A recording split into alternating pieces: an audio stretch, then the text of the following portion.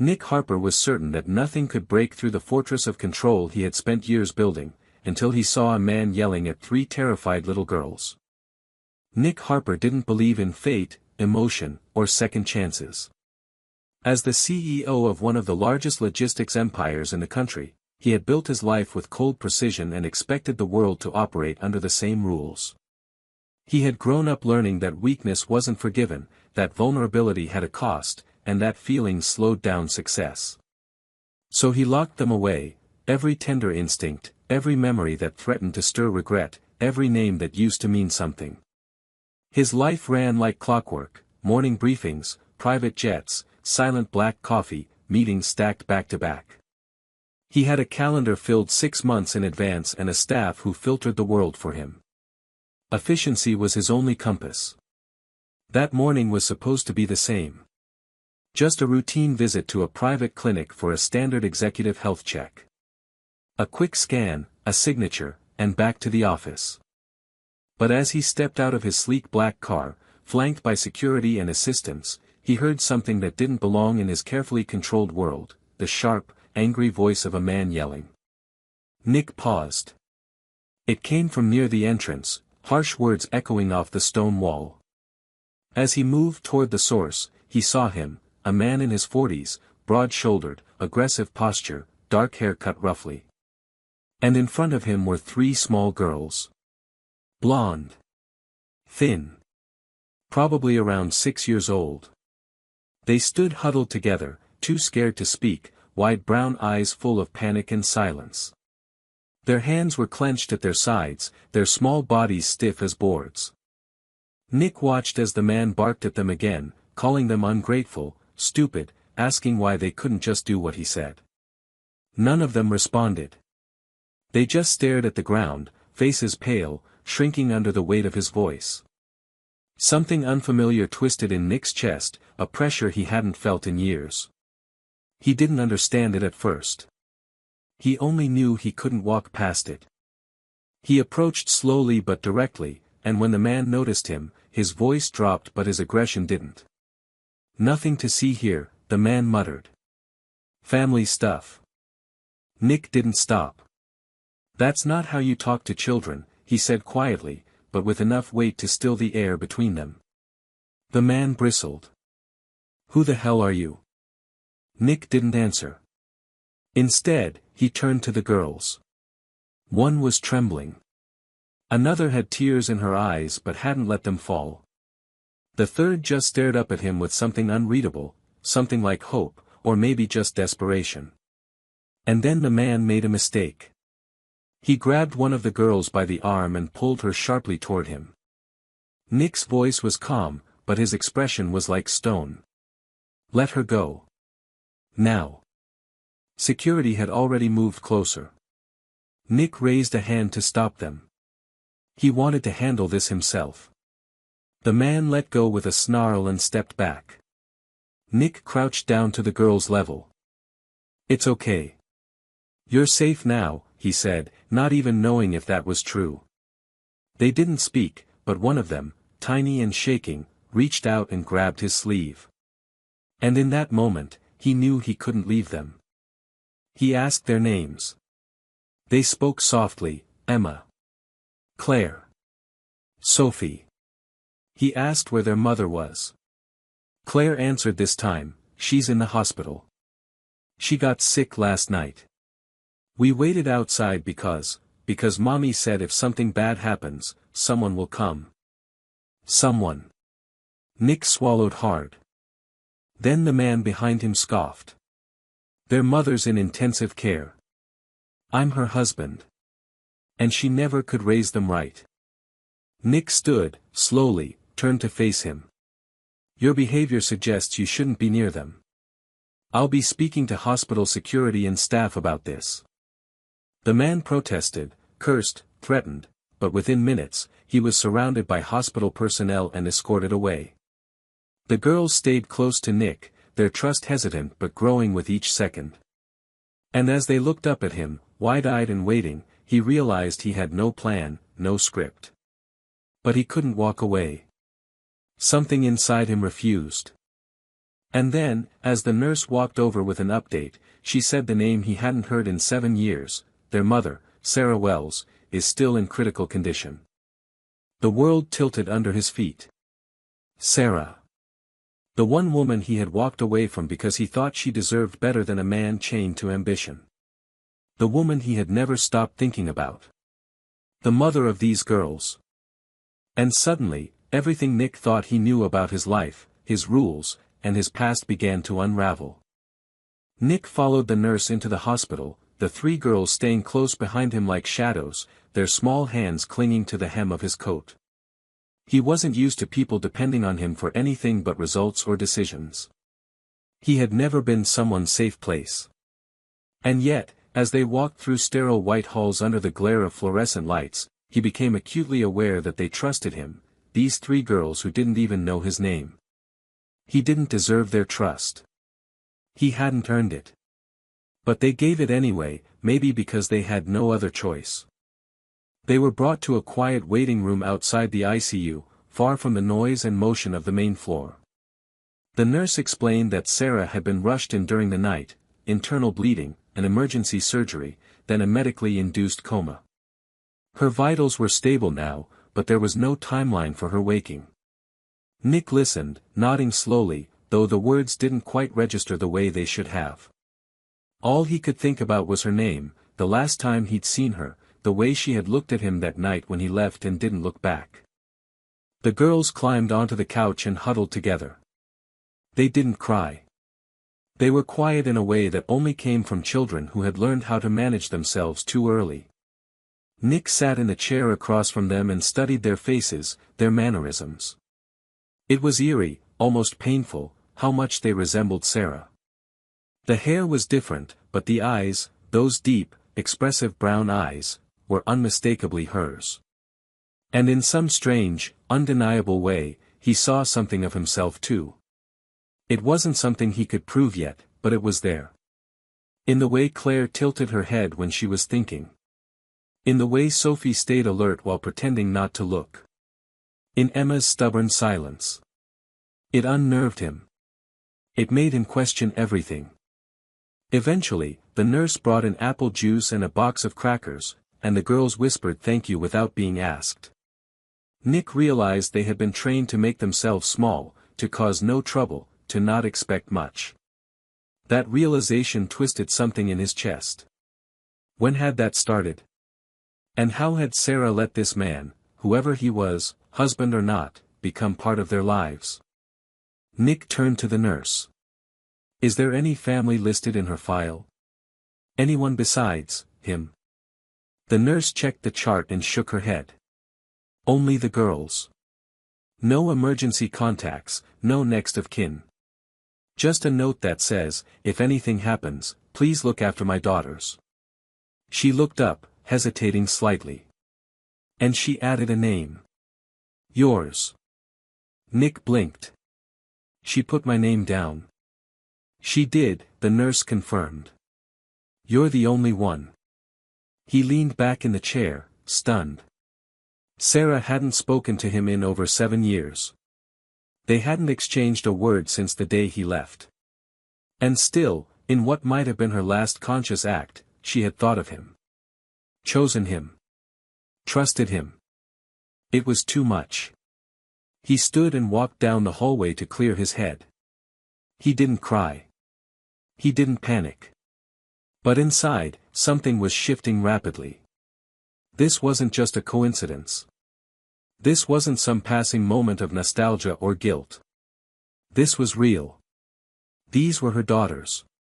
And she had left them with him, at least for now. When he returned to the waiting room, the girls were asleep, curled together like kittens on the couch. One of them had her hand wrapped around the hem of his coat, still holding on even in her dreams.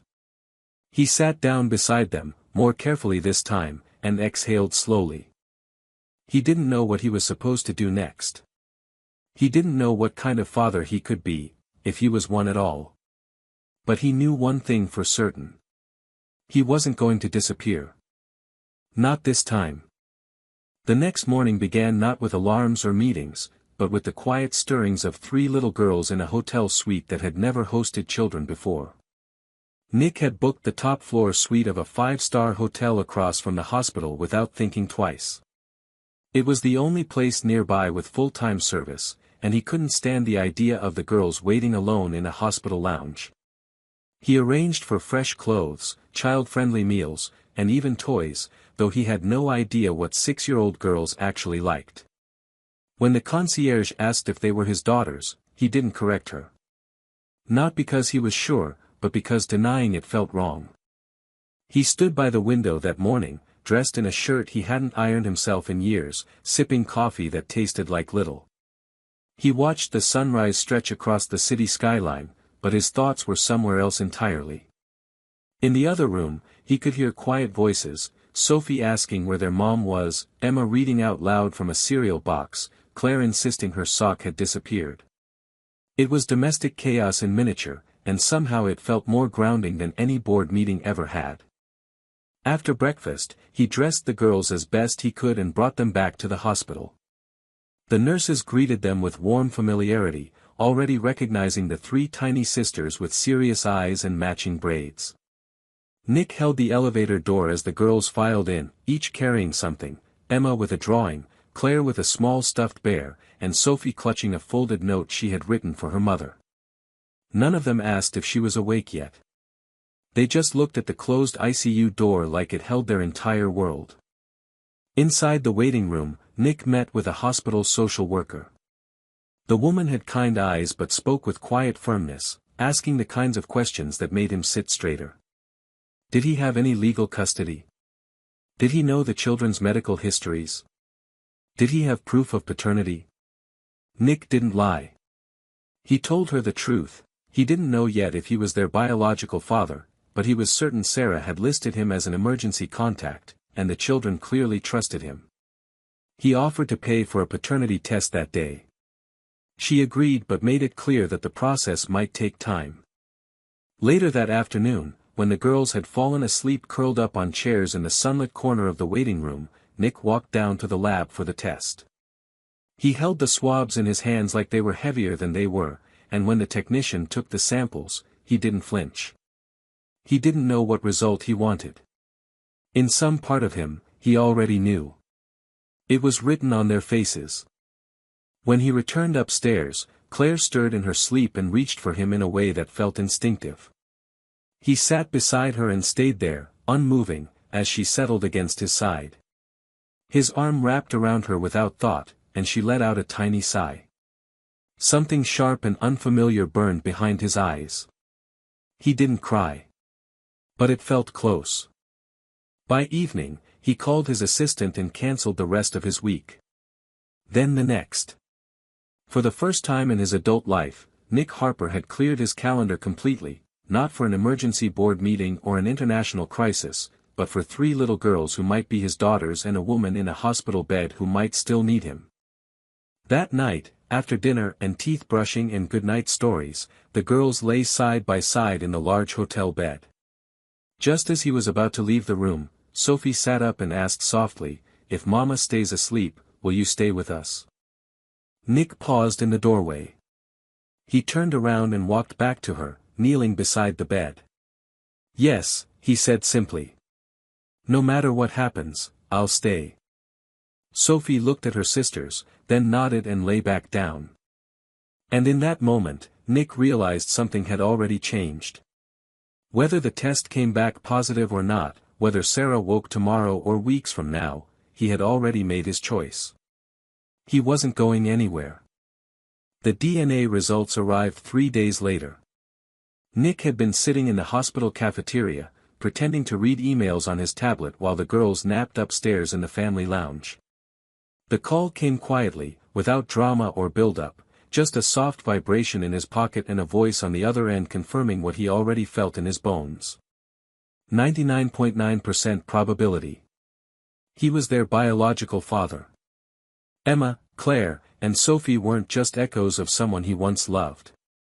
They were his. Flesh and blood. His daughters. The call ended, but he didn't move. He sat there, staring blankly at the untouched cup of coffee in front of him, not sure whether to laugh, cry, or run. He had built empires, negotiated billion-dollar contracts, survived financial storms that ruined other men, but nothing had ever felt as heavy, as terrifying, or as right as this. The weight of responsibility pressed down on his chest, but not in a way that suffocated. It grounded him. He stood slowly and made his way back to the ICU floor. When he entered the lounge, the girls looked up from the puzzle they were piecing together on the carpet. They didn't ask for news, not about test results or anything else.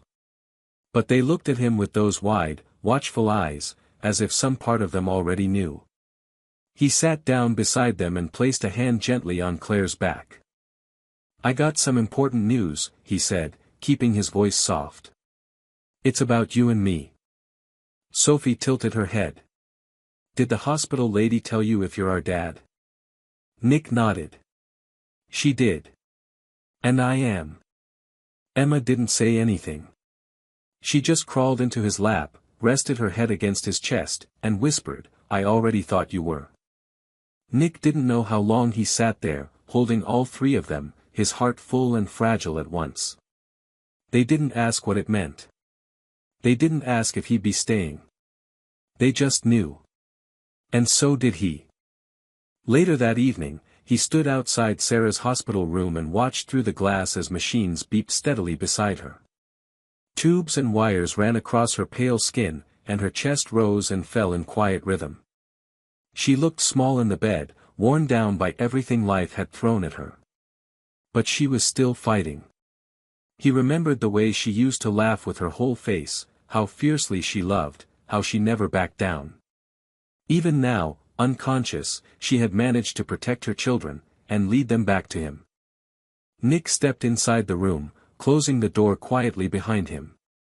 He pulled the chair closer to her bed and sat down. He wasn't a man of long speeches, but the silence between them ached with things that had gone unsaid for too long. "You were right," he said quietly, staring at her motionless hand. "I was afraid. I thought I could walk away clean. That you'd be better off. That I wasn't meant for any of this. But I was wrong. You were braver than I ever gave you credit for. You did this alone. You raised them. You carried all the weight I should have helped you hold." His throat tightened, but he forced himself to keep going. "They're perfect. You would be so proud of them. And I don't know what happens next, if you wake up tomorrow or in a month or not at all, but I promise you, I'm here now. And I'm not leaving again." He reached out and carefully slid his hand over hers, his fingers wrapping gently around her limp ones. He didn't expect a miracle. He didn't expect her to open her eyes. But for the first time since the day he walked away from her years ago, he felt like he was doing something right. That night, when he returned to the hotel with the girls, something in the atmosphere had shifted. They were louder now, more playful. They laughed at his terrible attempt to make grilled cheese and insisted on brushing his hair after dinner, claiming he had CEO hair that needed fixing. He let them. He let it all happen. He let himself feel the joy, the mess, the overwhelming noise of family life he had once thought he was too broken to want. And when he tucked them in and kissed each forehead, he whispered the same words to all three, "You're safe. I'm here." And he meant it with everything he had. Morning arrived with streaks of golden light pouring through the hotel windows, casting soft warmth across the room where three little girls stirred beneath rumpled blankets. Nick had been awake for hours, not out of habit but because his thoughts refused to let him rest. He had made life-altering decisions in boardrooms, under time pressure, with millions at stake, but nothing had prepared him for the quiet magnitude of this moment. He was a father now. Officially. Unquestionably. And though the truth had rooted itself in his heart the moment Sophie first reached for his sleeve outside the hospital, the weight of confirmation had settled over him like both a responsibility and a gift. He made breakfast again, toast that came out too dark, scrambled eggs that were too soft, but the girls didn't complain. They just giggled, added their own sugar to the juice, and told him they liked when he cooked like a beginner. Emma brought him a drawing with 4 stick figures, 3 girls, and 1 taller figure in a suit and tie, smiling with messy brown scribbles for hair. "That's you," she said. "But we couldn't draw the hotel, so we drew hearts instead." After breakfast, they returned to the hospital. The nurses greeted them like family now. Sophie handed over her daily drawing for her mom. Today it was a sun and a flower growing out of a heart. Nick stood outside Sarah's room and stared through the glass again, hoping for change but preparing himself for stillness. She hadn't stirred since her surgery. The doctors said she was stable but still in a coma, and the word felt heavier each time he heard it. Yet he came anyway. Every day. He told her about the girls' antics, about what Sophie had whispered in her sleep, about how Emma bossed everyone around with quiet authority, and how Claire had a habit of sneaking extra cookies when no one was watching. Sometimes he just sat in silence, holding her hand. That afternoon, the hospital's child protection caseworker asked to speak with him privately. She had reviewed the DNA confirmation, Sarah's medical file, and his own background. She spoke cautiously, measuring her tone as she brought up temporary guardianship. Technically, he still didn't have legal custody, and the girls were considered at risk due to the absence of a conscious parent and the previously reported abuse by Sarah's husband. Nick listened quietly, his jaw tightening at the mention of that man, the one who had yelled at them, the one who called them a burden. He pushed down the fire in his chest and asked what he needed to do. The paperwork was extensive, the interviews scheduled quickly, and home evaluations required. Nick didn't hesitate. He gave his full cooperation. He handed over documents, submitted to background checks, opened his home. For the first time in his life, someone else's needs eclipsed his own, and he didn't try to fight it.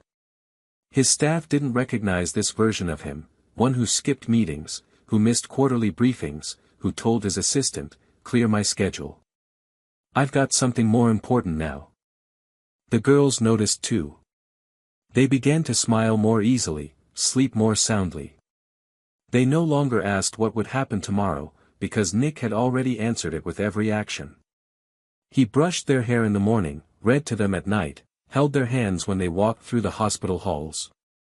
He didn't need to declare his love for them, they lived it with him, hour by hour. One night, as they returned to the hotel after another visit, Claire slipped her hand into his as they crossed the lobby. "When Mommy wakes up," she said softly, "will you still stay with us?" Nick knelt beside her, looked her straight in the eyes, and said, "I'm not going anywhere. Even when she wakes up. Even when things change." Claire nodded solemnly, then hugged him with both arms around his neck. And in that embrace, Nick felt something settle in his chest, a calmness, a belonging. Not the fleeting high of victory or profit, but the steady, unshakable kind of peace that came from being exactly where you were meant to be. He tucked them in that night, kissed their foreheads, and sat by the window long after they had fallen asleep. He stared out at the city, the same skyline that once represented power, distance, control. Now it looked smaller somehow. Less important. Because the most valuable part of his life was sleeping in the next room, and for the first time, he didn't feel the need to chase anything else. A week passed. The girls had begun calling the hotel home, though Nick had already started preparing something better, a real home, not just a temporary sanctuary with room service. He'd hired an architect to convert the upper floor of his townhouse into a dedicated space for the girls, complete with 3 bedrooms and a sunlit playroom. He had never considered what a child needed in a home before, but now every detail mattered. The carpet had to be soft enough for bare feet. The paint colors had to feel warm, not cold. The windows had to open wide enough for light and laughter to get in. He surprised himself with how much he cared. His assistant, long used to his detached efficiency, barely hid her disbelief when he asked her to order a shelf full of bedtime storybooks instead of spreadsheets and legal reports. Sarah remained unconscious. Each day, Nick sat beside her, reading from the journal he had begun to keep. He wrote down everything he noticed about the girls, the way Emma organized everything into neat little piles, how Claire sang to herself when she thought no one was listening, how Sophie had started calling him Dad when she thought he couldn't hear her. The pages filled quickly, and he hoped that one day, when she opened her eyes, she'd be able to read through them and know her daughters had been safe, protected, loved. One evening, after a long day of hospital visits, forms, and yet another meeting with social services, Nick returned to the hotel room to find all three girls waiting by the window, their faces lit by the golden hour glow. They had drawn him another picture. This one showed a big house with 4 stick figures outside, holding hands. Above the house were the words, "Our family," written in uneven block letters. Without hesitation, he crouched down, opened his arms, and let them wrap around him in a tangle of limbs and laughter. No one had ever made him feel like this before, not colleagues, not awards, not success. Just these girls, who had every reason to be afraid, and yet chose to trust him. That night, something shifted. After bedtime stories and a failed attempt at French braids, Nick returned to the hospital alone. The halls were quieter than usual, the overhead lights dimmed to a soft glow. He stood at Sarah's door for a moment before walking in, the hum of machines greeting him like background music to a life suspended. He sat beside her, took her hand in his, and began to speak softly. "I never asked to be a father. You know that. And maybe I wouldn't have been ready, even if you'd told me all those years ago. I thought I had to protect my ambition, protect the version of myself I worked so hard to build. But now, everything I thought mattered, it's nothing compared to them. I know you were scared, too. I know you did what you thought was right. But you were never alone, Sarah. You didn't have to be. And now I'm here. I'm not running from this. Not anymore." He paused, and for a moment, the silence in the room felt heavier than before. The steady rhythm of the heart monitor was the only answer. Until her fingers moved. It was subtle, just the twitch of her pinky against his palm, but it was enough. Nick froze, eyes wide, heart suddenly pounding. He leaned forward, watching her face, praying he hadn't imagined it. Then, slowly, painfully, her eyelids fluttered open. She blinked several times, confused, dazed, and then her gaze focused on him. For a long moment, neither of them spoke. She didn't seem surprised to see him. Only relieved. Her lips moved, dry and slow. "You stayed," she whispered. Nick nodded, a rush of emotion catching in his throat. "I stayed." Tears pooled in her eyes, but they didn't fall. She squeezed his hand with what little strength she had. "Are they, okay?" "They're more than okay," he said. "They're amazing. And they're waiting for you." He didn't leave her side that night. He sat there for hours, even after she fell asleep again. He didn't call the doctors right away. He wanted that moment to belong to just them, before the world came rushing back in.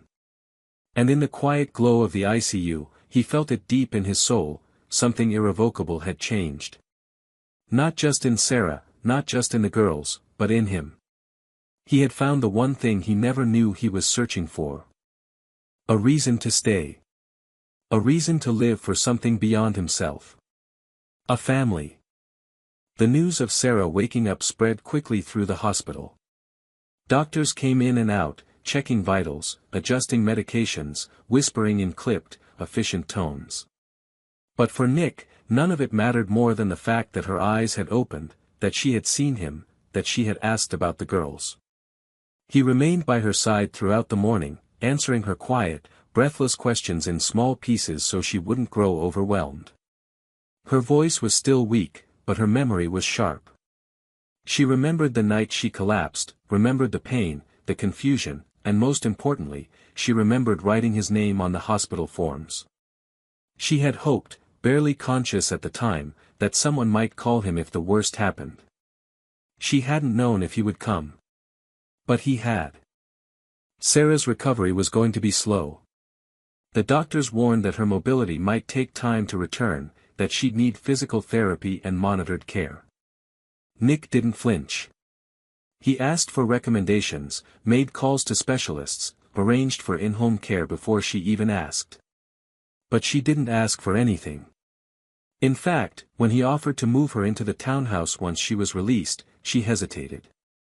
They sat together one evening in her hospital room, the girls asleep in the lounge down the hall. Nick had brought photos, drawings the girls had made that week, blurry pictures of their first visit to the playground near his building, a note from Sophie that said, "We miss you, Mommy, but Daddy is very good at stories." Sarah looked at the note for a long time before setting it gently in her lap. "They call you Daddy," she said softly, her voice still hoarse. "I didn't tell them to," Nick replied. "It just started one day. And I didn't stop it." Sarah smiled faintly, but there was something else in her eyes. "Do they know who you used to be?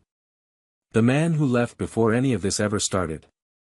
"They know I wasn't there," he answered honestly. "But they don't need that story yet. All they care about is that I'm here now."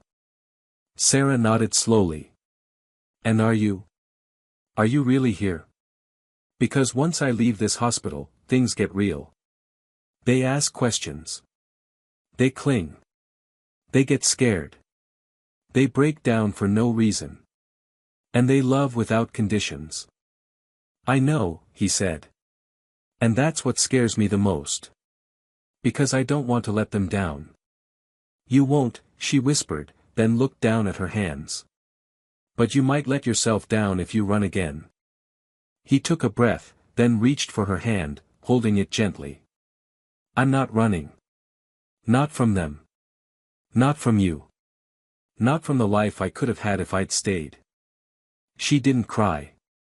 Neither did he. But they sat there a long time, her hand in his, the silence between them no longer heavy with regret, but filled with the weight of possibility. 3 days later, Sarah was released into Nick's care.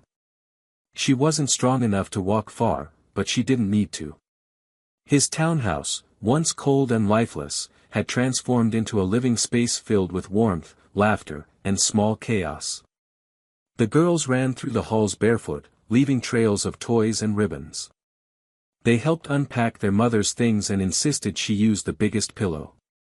Emma led the welcome tour, explaining which shelves were for bedtime books and which drawer had the best pajamas. Claire cried the first night Sarah was home, not from fear, but from relief. Sophie held her mother's hand as she fell asleep and whispered, "We knew you'd come back." Sarah sat on the couch later that evening, legs curled under a blanket, watching her daughters play with Nick on the floor. He was letting them tie ribbons in his hair while trying to help them build a paper castle. He looked up at her and smiled, that quiet, new smile that had begun to replace the one she remembered from years ago. The girls shouted and cheered as the tower finally stood. Sarah reached for her tea and leaned back, letting the moment settle into her. Everything had changed, her body, her strength, her trust, but somehow, what had felt broken for so long was being pieced back together by small hands and unexpected grace. This wasn't the life either of them had planned. But it was the one that was meant to be. Spring arrived slowly, as if unsure it was allowed to return, but when it came, it brought soft sunlight through open windows, the scent of fresh rain on pavement, and a kind of peace that had once seemed impossible. It had been 3 months since Sarah came home, and in that time, everything in Nick's world had reshaped itself around a new center, one built not on power or ambition, but on presence, patience, and love. The townhouse, once pristine and quiet, now hummed with the rhythm of family. The walls echoed with footsteps and giggles, with the sound of bedtime stories and cereal bowls clinking in the morning.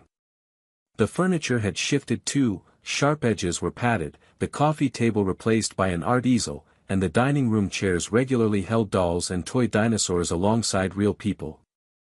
Nick had stepped back from day-to-day control of his company. At first, the board pushed back, worried about leadership, about image, about continuity. But he stood firm. He no longer measured success in quarterly gains but in the way Emma smiled when he helped her solve a puzzle, or how Claire climbed into his lap during thunderstorms, or how Sophie leaned on his shoulder in silence and sighed like she'd found her safe place. His business didn't collapse. It adapted. And so did he. Sarah regained strength faster than the doctors predicted. Physical therapy sessions turned from struggle to progress, and soon she was walking without assistance, her movements slower than before but just as deliberate. She reclaimed her role as mother with ease and grace, but not in isolation. She let Nick share the burden and the joy. They operated as a team now, passing routines back and forth without resentment. Their relationship wasn't perfect, but it was honest. They had hard conversations in the quiet hours, shared long looks over the heads of giggling children, and held hands when the day left them both overwhelmed. No one asked for guarantees. They just kept choosing each other. One sunny afternoon, the family gathered at the small garden behind the townhouse. The girls had decorated it with streamers and paper flowers, insisting it was a celebration day. No one could quite explain what the celebration was for. There was no official holiday, no birthday, but everyone agreed it felt like one. Sarah sat on a bench in the shade, her legs tucked under her, watching as the girls ran barefoot through the grass, their laughter rising like music. Nick stood by the grill, wearing an apron someone had jokingly gifted him that read, "CEO of the barbecue." He looked ridiculous and knew it, but when Claire threw her arms around his waist and called him, "the best dad ever," he didn't care about appearances. After lunch, the girls put on a small performance. They had written a play, completely chaotic, full of costume changes and missed lines, but it ended with all three of them shouting, "And that's why we love our family," before taking a dramatic bow. Everyone clapped, and Sophie turned to Sarah with a shy smile. "We made it for you. Because you're our favorite person." Then she turned to Nick. "But he's our hero." Nick knelt to their level, pulling them into a hug so tight it made them squeal. Sarah walked over and placed her hand gently on his shoulder. He looked up at her, and for a moment, the world seemed to still around them. Not in the way that demanded silence, but in a way that made space for everything they had endured and everything they had become. That evening, after the girls had fallen asleep in a fort made of couch cushions and blankets, Nick and Sarah sat on the back steps, watching the sun dip low. She leaned her head on his shoulder. They didn't speak for a while. There was nothing to explain, no need to relive what had already healed. Finally, she whispered, "I didn't think we'd get here." "I didn't either," he said. "But I'm glad we did." He looked out at the yard, at the paper flowers swaying in the breeze, at the soft glow of string lights wrapped around the porch railing. This wasn't the life he had imagined when he was younger, when success meant silence and solitude and clean lines. This life was messy. Loud. Full. Unpredictable. But it was also the most real thing he had ever known. Nick reached for her hand and held it tightly. They had come through fire. They had faced absence, regret, uncertainty, and fear. But in the end, they had built something together, something neither of them had dared to dream before it was almost lost. Not a perfect life. A whole one. This story's ending feels like a quiet triumph, not because everything turns out perfectly, but because the characters earn every step toward healing and connection. Nick's transformation isn't sudden or exaggerated, it's honest. He doesn't become a flawless father or partner overnight, but he shows up, again and again, even when it's hard. That's what makes the ending powerful, it's grounded in real emotion, not fantasy. The final scenes don't wrap life in a neat bow, they reveal a deeper truth. Family isn't built by blood alone, or by grand gestures, but by the small, consistent moments of presence and choice. The paper flowers, the makeshift play, the porch conversations, they are the proof that love grows in the mess, not outside of it. What began with indifference ends with deep belonging, and in that transformation lies the story's heart. It reminds us that no one is too far gone to begin again. The millionaire CEO thought he'd buried the past, until he saw 3 little girls in the park, and one wore the exact pearl necklace he once gave the woman he let go. Lucas Blake didn't believe in detours. His life was structured, efficient, forward-moving. He was a man of purpose, of plans measured in quarters and projections, not seasons or emotion. That afternoon, he was only passing through the park because his driver had to reroute due to unexpected construction near his office. It was warm for late summer, the kind of warmth that settled over the city in a golden hush. Lucas had stepped out to walk the last few blocks, phone in hand, already preparing mentally for the board meeting that awaited him. He wasn't supposed to look up. He wasn't supposed to stop. But something made him do both. Ahead of him, in a sun-dappled section of grass, 3 little girls played under a tree. Their laughter echoed across the path, light and unbothered. They couldn't have been older than 5 or 6. They were identical in every way: thick, shoulder-length brown hair, delicate features, bright blue eyes, and matching summer dresses with pale floral prints. One of them ran with a pink ribbon tied around her wrist, the others chasing close behind, their bare feet moving across the grass like they belonged there. Lucas would have kept walking, he'd seen children in the park before. But then he saw it. A flash of something familiar. It was a necklace. Not just any necklace. A delicate strand of pearls resting against the collarbone of one of the girls, the light catching it just right. His heart stopped. That necklace wasn't common. He had it made.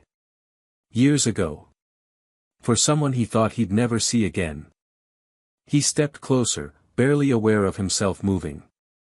The girls didn't notice him. They had fallen into a circle in the grass, arranging flowers and talking to each other in that language only children fully understood. But the necklace, he could see it clearly now.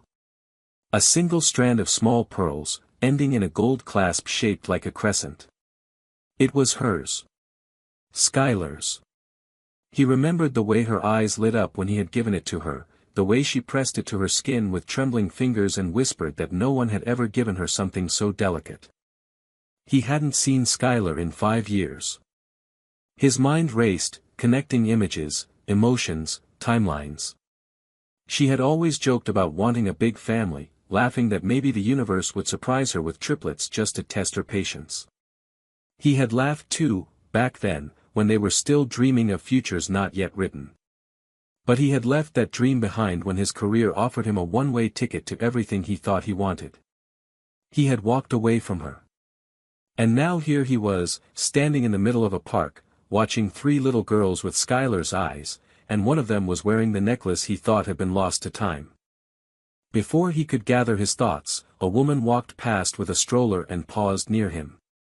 She followed his gaze and said, "Those 3. They're Skylar Hart's girls. Sweetest kids in the neighborhood." Lucas turned to her slowly, unsure if he'd heard correctly. Skylar. Here. Not in another city or country like he had imagined. Not lost to some version of the past. He asked where she was now. The woman pointed to a shaded bench near the edge of the park. Probably just over there. She comes here almost every afternoon. Lucas followed the direction of her hand. His pulse quickened. He spotted her instantly. Skylar. Sitting alone, legs crossed, a book resting open in her lap. Her hair was tied back, longer than he remembered, but it was her. The same calm presence, the same quiet strength. She turned a page, unaware of the man standing across the lawn, watching her with eyes that suddenly held 5 years of silence and 1,000 questions. He didn't move. He wasn't ready to speak. But the moment had already spoken for him. The necklace, the girls, the fact that she was here at all, it was too much to be a coincidence. For the first time in years, Lucas Blake didn't know what to do next. And yet, deep inside, something told him that whatever future he had been chasing meant nothing if he walked away from this moment. Lucas stood frozen on the path, the world around him continuing in gentle motion, children laughing, dogs tugging at their leashes, the murmur of people passing through the park. But to him, everything felt distant, like a dream suspended in air. His eyes remained locked on Skylar, trying to reconcile the woman sitting quietly on the bench with the memory he had been carrying for years. She hadn't seen him yet. She was flipping another page in her book, occasionally glancing up to check on the girls, whose laughter rang like wind chimes across the open field. It felt surreal, watching her in this calm, maternal scene while his thoughts spiraled with the weight of what he was seeing. For a moment, Lucas considered walking away. Maybe he could convince himself that he'd imagined the necklace, that the girls were someone else's. Maybe he could return to his office, bury himself in data and projections, and forget that he had ever seen this moment unfold. But even as the thought entered his mind, he knew it wasn't true. He couldn't walk away from this, not again. His heart beat faster as he stepped off the path and made his way toward her, trying to suppress the part of him that was screaming with guilt, confusion, and the sudden surge of something he hadn't allowed himself to feel in a long time. Skylar looked up when she sensed movement nearby, and the second their eyes met, the book in her hand slipped slightly, as if the weight of his presence knocked the breath from her. Her expression shifted in a heartbeat, shock, wariness, and then something unreadable settled behind her eyes. She closed the book gently, her fingers tightening slightly on the cover. Lucas approached slowly, not wanting to startle her, but the air between them was already charged with everything they hadn't said, with 5 years of silence that now collapsed in an instant. "I wasn't sure if it was you," he said quietly, his voice sounding foreign even to himself. "Until I saw the necklace."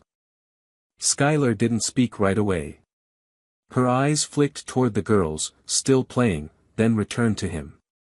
"You shouldn't be here," she said evenly, though there was no anger in her voice, only exhaustion, maybe even sadness.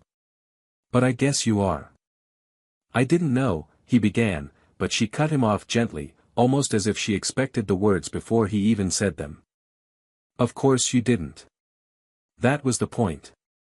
There was no spite in her tone, just a simple truth. Lucas felt it like a blow, a reminder that his decisions had shaped not just his life, but hers too. He sat down on the far end of the bench, giving her space, though the distance between them still felt like a canyon. "They're mine, aren't they?" he asked, his voice barely above a whisper. Skylar exhaled slowly, her shoulders relaxing just a bit, as if holding up a weight for too long. "Yes. Cody, Clara, and Camille. They're 5. Lucas closed his eyes for a second. The timeline made perfect sense. He didn't need a DNA test or a long explanation. He knew. He felt it in his chest, in the way one of the girls had laughed exactly like Skylar once had, in the way their eyes matched his own reflection. But it wasn't just the biology. It was the realization that he had missed 5 entire years. First steps, first words, birthday candles and scraped knees. All of it. "Why didn't you tell me?" he asked, though he already suspected the answer. Skylar turned to look at him directly now, and her eyes held the kind of clarity that only comes from deep hurt healed by necessity. "Because I needed to protect them. You chose a different life, Lucas. You left. And I wasn't going to chase you down to prove something. I didn't want them to grow up hoping for someone who wouldn't stay." He felt the sting of those words cut through him, not because they were cruel, but because they were true. He had chosen his career. Chosen success. Chosen everything but her. And now, sitting beside her in this quiet park, surrounded by echoes of the life he might have had, he was no longer sure what any of it had been worth. "I'm not here to make excuses," he said carefully. I saw them, and I couldn't pretend I didn't." Skylar studied him for a long moment, her expression unreadable. Then, softly, she said, "I'm not angry anymore, Lucas. But you don't get to just walk back in and expect to be part of this." "I don't expect anything," he replied. "But I want to try. If you'll let me." She didn't say yes. But she didn't say no either. Instead, she looked back toward the girls, watching as one of them picked up a flower and tucked it behind her sister's ear. For the first time, Lucas followed her gaze with something other than regret. He felt something new stirring beneath the guilt, something he hadn't allowed himself to feel in years. Hope. Quiet, fragile, and just beginning. The following day, Lucas couldn't concentrate. Not on the endless stream of emails waiting in his inbox, not during the investor call he had half-heartedly dialed into, and certainly not while reviewing projections for an upcoming acquisition. His thoughts returned over and over to that moment on the park bench, to the way Skylar had looked at him, not with hate, but with a distant protectiveness he hadn't earned. He replayed her words again and again, how calmly she had told him the truth, how she had shielded their children not out of revenge but out of something deeper. The idea that she had lived all these years raising 3 children alone, while he went on building an empire, was a truth that weighed on him like an anchor tied to his chest. At lunchtime, without even thinking, he cancelled his afternoon meetings and left the office.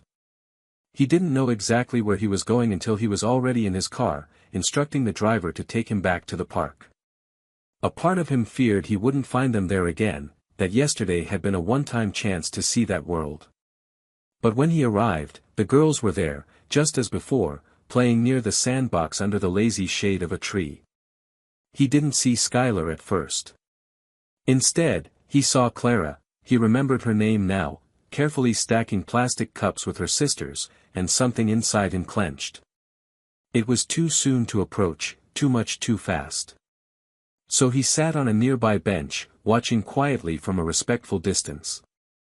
10 minutes passed before Skylar appeared, walking toward the girls with a tote bag slung over her shoulder. She was wearing sunglasses and had her hair up in a loose knot, but he knew it was her. She noticed him almost immediately. Their eyes met again, and for a second, neither of them moved. Then she turned toward the girls, calling out something light-hearted that made them squeal and run to her. Lucas remained seated, unsure if he had overstepped by coming back so soon. But then, after a few minutes, Skylar walked toward him. She stood beside the bench rather than sitting, arms folded loosely. "You came back," she said, and though it wasn't a question, her tone wasn't closed off. "I couldn't stay away," he admitted, rising to his feet. "I've been thinking about nothing else." Skylar studied him. "You look tired." "I didn't sleep much," he said honestly. "I've been trying to remember if I ever gave you the chance to tell me you were pregnant. And I think I didn't. I think I was already gone before you had the words." She didn't respond immediately. Instead, she glanced toward the girls, who were now busy turning the sandbox into a castle. "I was going to tell you," she said finally. "But the last time we talked, you were already somewhere else. Physically, emotionally. You'd made your decision. I was scared, and I didn't want to be a problem you had to fix." "You never were a problem," Lucas said quietly. "But I know I made you feel like one." Skylar let out a breath, and for a moment, the weight between them felt slightly lighter. "I made peace with it a long time ago. The girls, my girls, they're my everything. I gave them everything I could. They never asked about their dad, not in the way I feared. They're happy, Lucas. I need you to know that." "I believe you," he said.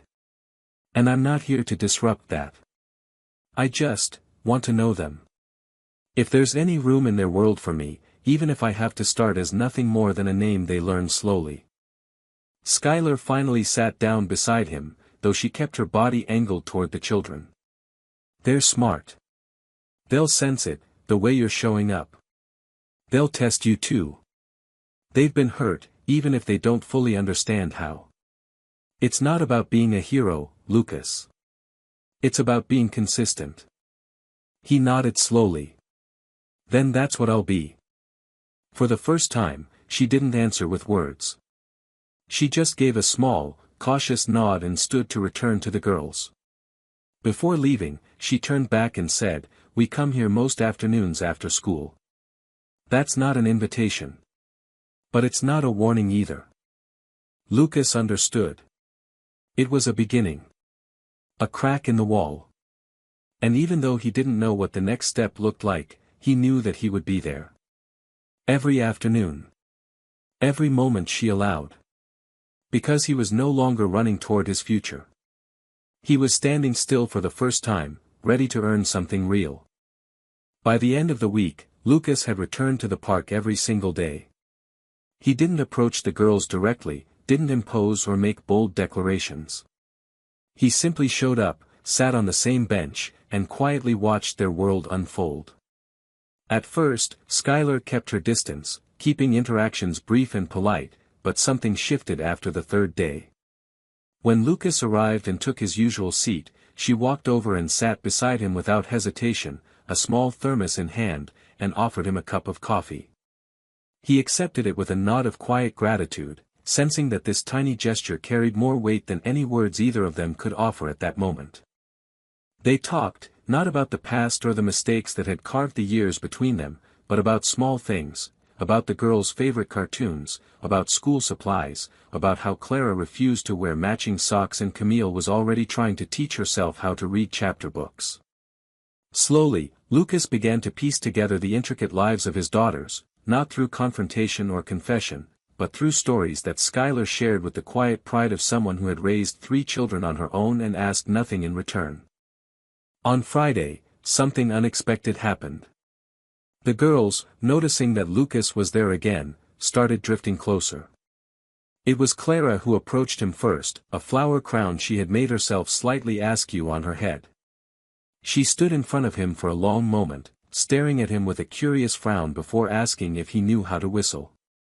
He smiled and tried, failing miserably on the first attempt, which made her burst into giggles and call her sisters over. In a matter of minutes, all 3 girls were standing around him, handing him pebbles and dandelions, asking him questions faster than he could answer them. Skylar watched from a few steps away, her arms folded tightly, but her expression was soft, not tense. She didn't intervene. She didn't call the girls back.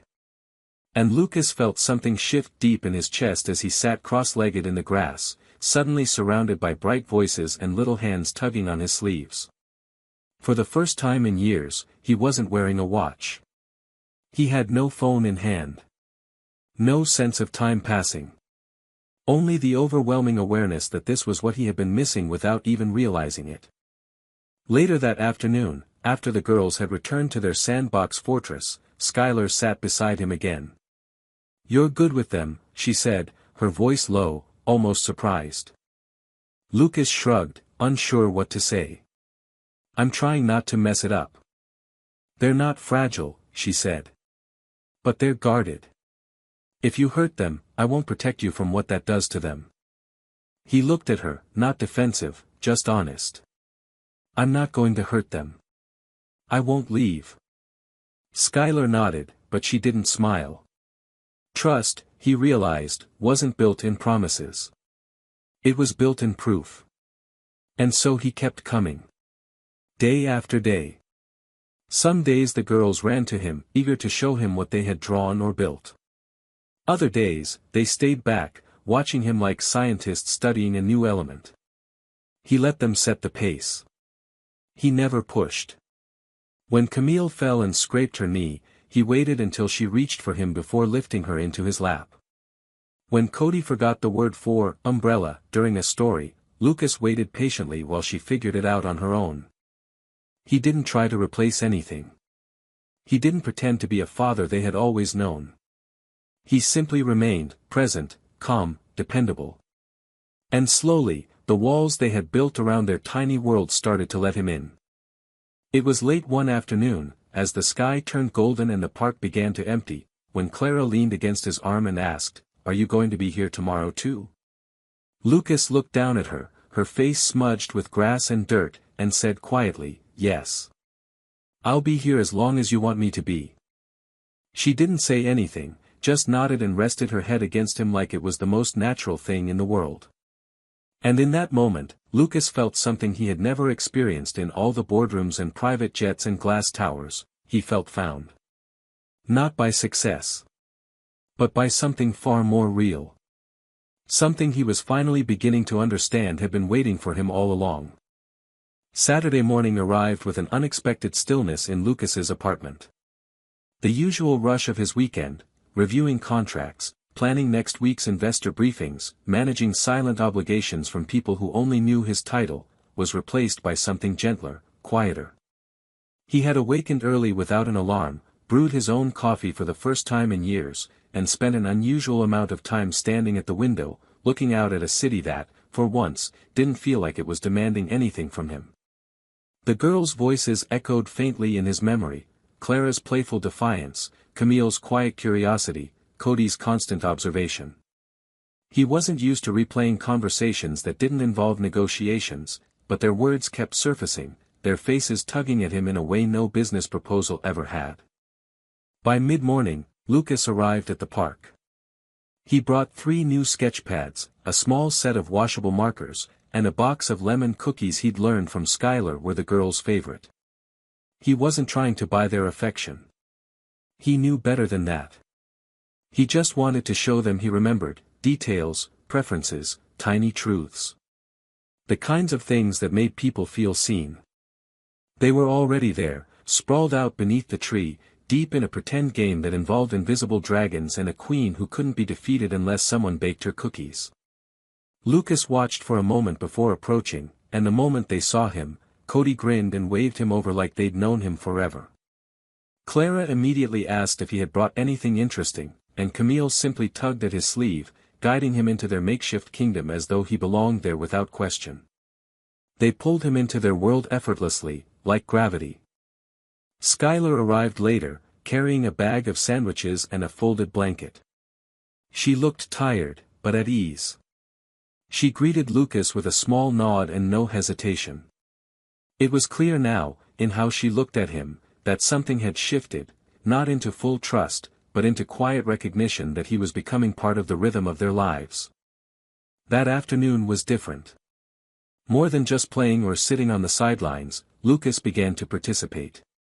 He helped build a fort out of blankets and sticks, read them a chapter from a fantasy book, and even let Clara braid a section of his hair using a neon green hair tie. He let them paint his nails with glittery polish that barely washed off later, and when Camille spilled juice all over her shoes, he cleaned them without hesitation. Skylar watched all of it silently, her expression unreadable, but her body language relaxed. She wasn't just tolerating him anymore, she was beginning to accept that he was there for the right reasons. As the day began to wind down, Skylar asked him to walk with her while the girls played nearby. They moved slowly along the edge of the park, and for the first time in a long time, it felt natural. She asked about his life, not about his company, but about his day-to-day. Where he lived. If he had family nearby. Whether he ever got lonely. Lucas answered honestly. He told her how empty his home felt, how strange it was to be surrounded by noise now and not want to escape it. How meeting her again, and seeing the girls, had disrupted everything in the best way. He admitted his fears too. That he didn't know how to do this. That he didn't deserve another chance. But he wanted to try. Skylar stopped walking and looked at him. She told him that forgiveness wasn't a door you could knock on once and expect to be let in. It was something you earned through consistency, through patience. But more than anything, she said, the girls needed to know he wouldn't disappear again. Not next month. Not next year. Not when things got uncomfortable or complicated. Lucas nodded. He didn't argue. He didn't make promises with timelines. Instead, he said the only thing he knew was real. That he wasn't going anywhere. By the time they returned to the girls, the sun was dipping low, casting golden light across the park. Clara and Cody had fallen asleep on the picnic blanket, curled into each other like kittens, and Camille was quietly humming to herself while brushing leaves off their hair. Skylar looked down at them, and without thinking, Lucas knelt to help gather their things. He carried Clara to the car, her head resting against his shoulder, her breath warm and steady. It felt like something sacred. When he handed her to Skylar and buckled Cody into the seat beside her, he didn't feel like a visitor. He felt like someone who had finally started to come home. The following week marked a quiet shift in the unspoken balance between Lucas and the small family he was slowly becoming a part of. He no longer questioned whether he should be present, he simply was. He picked the girls up from school twice, with Skylar's cautious but undeniable permission.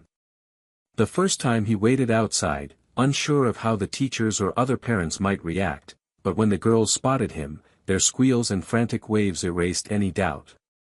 They came running with backpacks bouncing and glitter-covered papers crumpled in their hands, talking over one another to tell him about math quizzes and story time. It wasn't about the content, it was about the trust. They expected him to be there now. And he was. After that, it became easier. Skylar started texting him directly. "Can you take them to the library today? Are you free Saturday for the school picnic? Can you bring Clara's jacket?" At first, the messages were short and practical. But slowly, they softened. One evening, she sent him a picture of the girls asleep in their shared bed, cheeks pressed together, the pearl necklace gently looped over the bedpost. No caption. Just a moment she had chosen to share with him. Lucas stared at it longer than he meant to, heart tangled in ways he couldn't explain. That weekend, Skylar invited him to join them for dinner at their home. It wasn't a big gesture or a dramatic event, it was simply an acknowledgement that he had crossed a threshold. Her apartment was modest but warm, filled with mismatched furniture, art made by little hands on every wall, and the unmistakable energy of 3 children who knew they were loved. Lucas arrived with a lasagna he had asked his driver to pick up from their favorite Italian spot and 3 little journals wrapped in paper, one for each girl. Skylar rolled her eyes at the gifts but didn't send them away. The girls shrieked in excitement, hugging him as if he had brought treasure. They ate at a table barely big enough for 5 people, elbows bumping, forks clinking, juice being spilled and wiped up without drama. It was chaos, and Lucas had never felt more grounded. The conversation drifted from school to dreams to silly jokes, and at one point Cody asked if dragons were real. Before Lucas could answer, Camille said, "Maybe, but I think Daddy would know," and the room went still for a split second. Skylar's fork froze halfway to her mouth. Lucas didn't breathe. And Cody, oblivious to the shift, looked at his sisters and said, "Well, not Daddy. But he kind of feels like one." Lucas didn't speak. He didn't try to explain or correct or define the moment. He just looked at Skylar. Her expression wasn't cold. It wasn't angry. If anything, it was unreadable, a mixture of hesitation, surprise, and something close to hope. She looked down at her plate, then met his eyes and gave a slow, barely visible nod. After dinner, he helped clean the dishes while the girls danced around the living room, inventing songs and performing for the refrigerator magnets like it was Broadway. Skylar stood beside him at the sink, drying plates, her shoulder brushing his. They didn't speak much. They didn't need to. The silence between them wasn't awkward anymore. It was full. Comfortable. Familiar in a way that didn't ask questions or expect resolution. It just was. As he prepared to leave, the girls begged him to stay longer. Clara clung to his leg dramatically, Cody tried to bribe him with half a chocolate chip cookie, and Camille asked if he'd come back tomorrow. He promised them yes. Not with conditions or clauses. Just yes. At the door, Skylar looked at him for a long time. Then she said, "I didn't expect this. I didn't expect you to change." Lucas smiled, not triumphant but quiet. "Neither did I." She nodded once, opened the door for him, and as he stepped into the hallway, she added, "Tomorrow's pancake day. Come hungry." And just like that, the door closed, not on him, but with him already part of what waited inside. Sunday morning arrived with the smell of pancakes and something more delicate, belonging. Lucas had barely knocked on the apartment door when Clara opened it, already wearing a paper chef's hat and covered in flour. She pulled him inside without waiting for permission and shouted to her sisters, "He's here." Within seconds, all 3 girls were surrounding him, asking if he liked chocolate chips or blueberries better, if he wanted to flip the pancakes, if he'd brought more stories. It was overwhelming in the best way, a kind of joyful noise he had never known he needed. Skylar was in the kitchen, flipping pancakes with one hand and balancing a cup of coffee in the other. She wore an oversized t-shirt and messy bun, and when she looked up and saw him, her face softened in a way that no longer carried hesitation. Lucas greeted her quietly and offered to help. Without words, she passed him the whisk and pointed to the bowl. They moved around the kitchen like they had always done it, each taking the next task without needing to explain. The girls buzzed around them, adding chaos and laughter to the warmth already filling the room. After breakfast, they all crowded onto the couch for what the girls called quiet hour, which wasn't quiet at all. It involved books, crayons, and building small forts out of pillows. Lucas lay back against the cushions while Clara traced shapes on his arm, Camille fell asleep with her head on his shoulder, and Cody kept asking him how many stars there were in the universe. Skylar sat nearby, watching with a look on her face that Lucas couldn't quite name but wanted to memorize. It wasn't just gratitude. It was something more vulnerable, relief, maybe, or trust beginning to settle into something steady. Later that afternoon, Skylar asked if they could talk. She took him out onto the tiny balcony overlooking the street while the girls napped. It wasn't dramatic or confrontational. She simply leaned against the railing and told him about the night she found out she was pregnant. How scared she was. How she wrote him a message she never sent. How she almost did. How part of her wanted to believe he would have stayed. She didn't say it to guilt him, there was no accusation in her voice. It was just a part of her story she had carried alone. Lucas listened. He didn't interrupt. When she finished, he told her that he didn't know what kind of father he could have been 5 years ago, but he knew what kind he wanted to be now. He told her he wasn't perfect, that he didn't have all the answers, but he was certain of one thing, he loved their children. All 3 of them. And not from obligation, but because they were the best part of who he had become. Skylar nodded, quietly wiping a tear from her cheek. They love you too, she said. And they're starting to feel safe with you. Don't give them a reason to doubt that. He promised he wouldn't. That evening, when the girls woke up, they piled into the car and drove together to a nearby hill to watch the sunset. Lucas sat on a blanket with Cody in his lap, Camille leaning against his side, and Clara trying to capture the sky in a drawing. Skylar sat close by, silent, present, and when the sky turned deep orange and the first star appeared, Clara pointed and whispered, "That one's ours." Lucas didn't say anything. He just looked at Skylar and nodded, feeling like something in the universe had finally found its right place. The morning of the girl's 6th birthday arrived with ribbons, balloons, and a buzz of excitement that filled every corner of the small apartment. The night before, Lucas had stayed up helping Skylar hang decorations after the girls had gone to bed, taping handmade streamers to the walls and setting up the dining table with paper crowns and glitter-covered name cards. It wasn't extravagant. There were no expensive cakes flown in or celebrity entertainers, just pancakes with whipped cream, hand-painted signs, and the kind of joy that couldn't be manufactured. For the first time in years, Lucas wasn't waking up to a calendar full of obligations or a list of strategic goals. He was waking up to 3 daughters with birthdays and smiles and endless energy, and the woman he once lost who now stood beside him with sleepy eyes and a quiet grin. The girls tumbled out of their bedroom in a blur of pajamas and excitement, shouting in unison, "It's today." Clara spotted the presents first and launched toward them, while Camille carefully inspected the decorations, and Cody immediately grabbed a party hat and placed it squarely on Lucas's head. "You're part of the team now," she said, matter-of-factly. "You have to wear it." He wore it all morning, even when it slid sideways or made his hair stick up, because her tone left no room for debate and her smile left no room for anything else. Friends from school arrived later, filling the space with even more noise and laughter.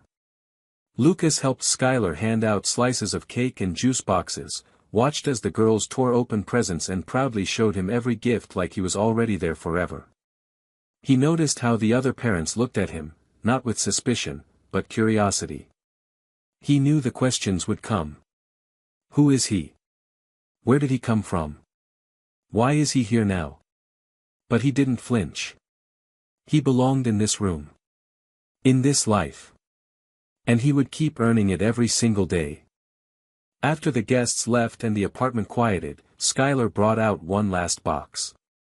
It wasn't wrapped in shiny paper, just tied with twine.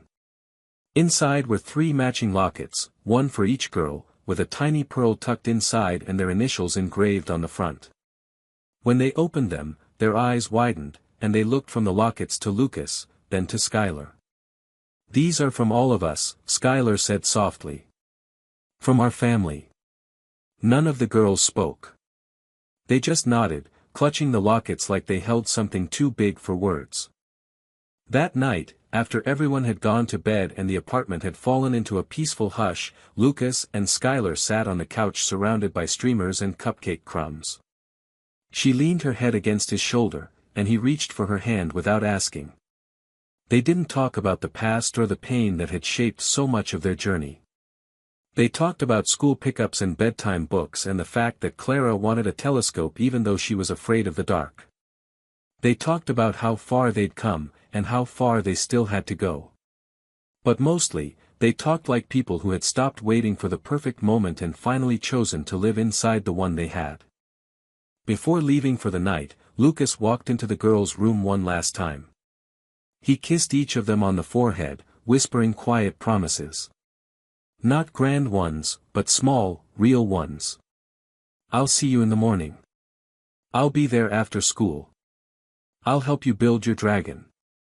They murmured in their sleep, shifting beneath their blankets, lockets shining faintly on their nightstands.